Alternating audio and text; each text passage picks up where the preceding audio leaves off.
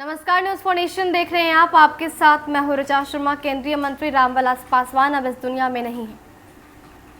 अपने राजनीतिक गुरु यानी कि रामविलास पासवान के बिना चिराग पासवान का ये पहला चुनाव होगा जब उनके पिता उनके साथ नहीं है।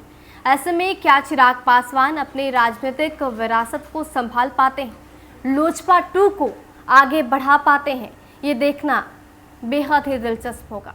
20 साल की लोजपा ने अपना अभिभावक ऐसे समय पर खोया है जब उसकी राजनीति एक और चुनावी चक्रव्यूह में फंसी है। व्यक्ति आधारित पार्टी का जनाधार उसके नेता के जीवन की राजनीतिक कमाई होती है। अब देखना यह है कि रामविलास पासवान द्वारा कमाया गया ये जनाधार क्या लोजपा 2 या फिर कहें बेटे चिराग पासवान को विरासत में मिल पाता है या फिर नहीं। चिराग के लिए ये पहला चुनाव होगा जब पार्टी की बागडोर उनके कंधों पर होगी और वो भी अपने राजनीतिक गुरु पिता के बिना।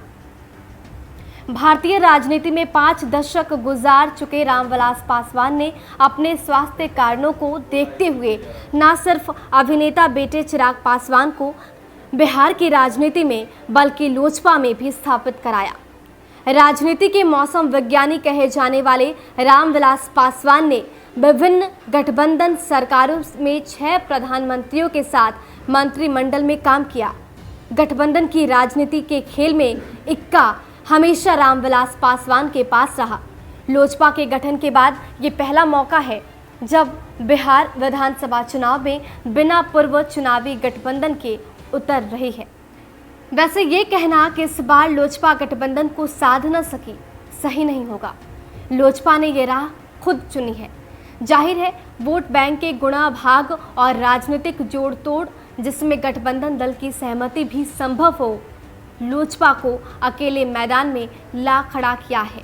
ये कुछ 2005 की पुनरावृत्ति जैसी है जब रामविलास पासवान यूपीए का हिस्सा होते हुए भी बिहार विधानसभा चुनाव में कांग्रेस के खिलाफ तो रहे पर लालू यादव पर भ्रष्टाचार का आरोप लगाते हुए राजद के खिलाफ मोर्चा खोल दिया।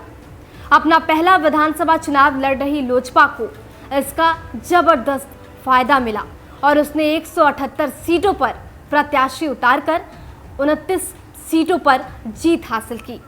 हालांकि वो इस राजनीतिक बढ़त को अवसर में बदलने से चूक गई और राज्य को राष्ट्रपति शासन की ओर ढकेल दिया। लेकिन कुछ महीने बाद दोबारा हुए चुनाव में यह फॉर्मूला काम नहीं आया और लोजपा 29 सीटों से घटकर 10 पर आ गई और यहीं से नीतीश मजबूत और लालू के विकल्प के रूप में उभरे।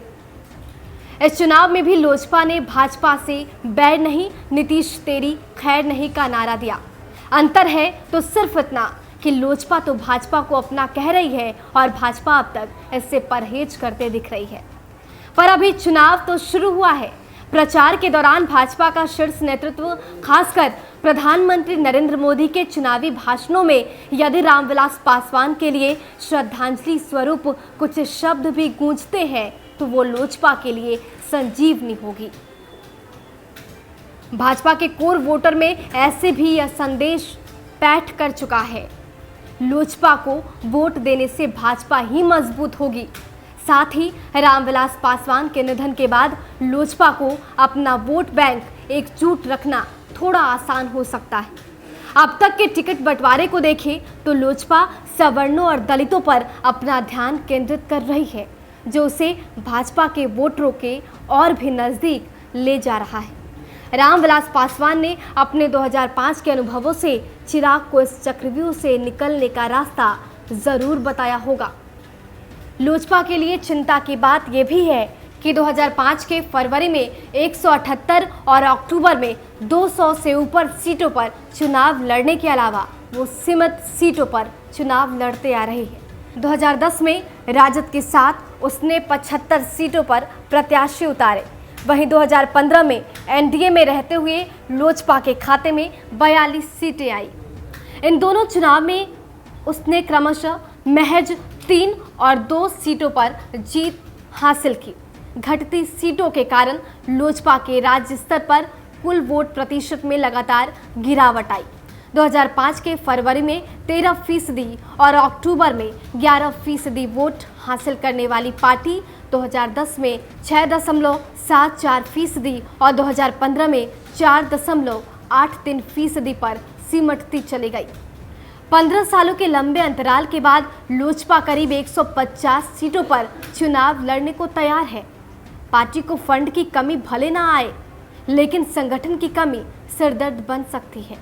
हालांकि चिराग ने चुनाव के पहले कई यात्राएं कर पूरे राज्य में संगठन बनाने की कोशिश जरूर की, लेकिन वो कितना कारगर होता है ये तो प्रचार और मतदान में ही नजर आएगा। तो देखना दिलचस्प होगा कि इस वक्त 2 विधायकों वाली पार्टी लोजपा क्या 2005 का करिश्मा दोहरा पाती है या फिर किंग मेकर की भूमिका में नजर आती है। फिलहाल के लिए इतना ही। बने रहे हमारे साथ और देखते रहे न्यूज़ फॉर नेशन। नमस्कार।